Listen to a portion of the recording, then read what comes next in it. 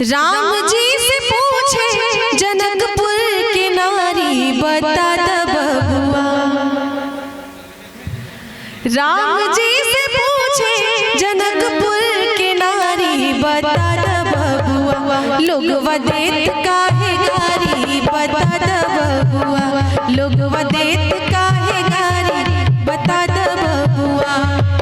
राम जी से पूछे जनकपुर की नारी बता द बबुआ।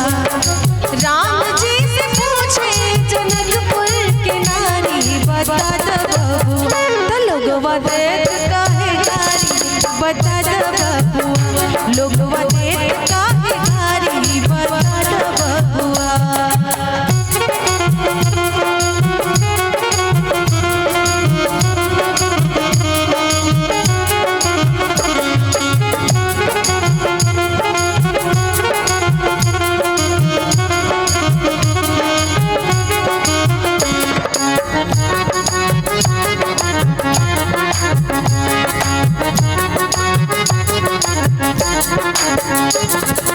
राजा दशरथ जी कैलन होशियारी। अरे राजा दशरथ जी कैलन होशियारी। एक मराद पर तीन गुनारी बता द बबुआ।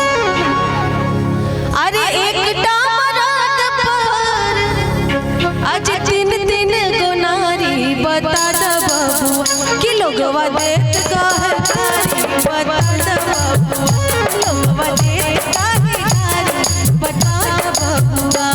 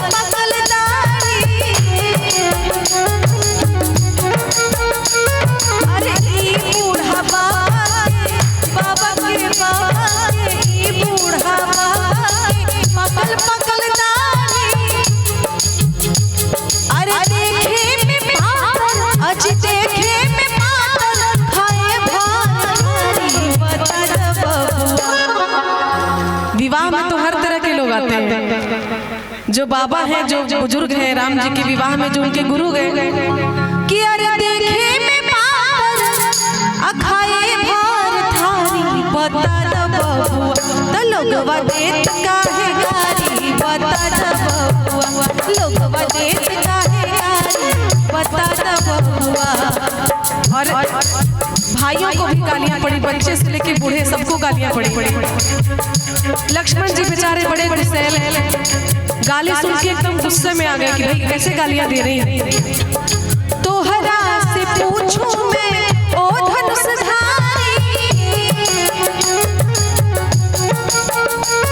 आज तोहरा से पूछूं, आज तोहरा से पूछूं मैं, तोहरा से पूछूं, तोहरा से पूछूं मैं ओ धनुषधारी। तोहरा से पूछूं मैं ओ धनुषधारी। एक भाई गोर का है, एक भाई गोर का है, एक काहे गारी बता द बबुआ। अरे एक भाई गोर का है तो एक काहे गारी बता द बबुआ। कि लोगवा देत काहे गारी बता द बबुआ। लोगवा देत काहे गारी बता द बबुआ। लोगवा देत काहे गारी बता द बबुआ।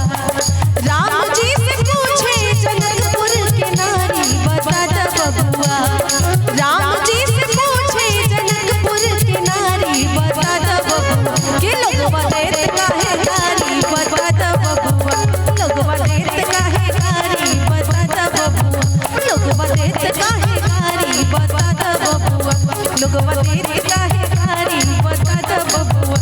लोगवा देत काहे गारी बता द बबुआ। बहुत बहुत धन्यवाद।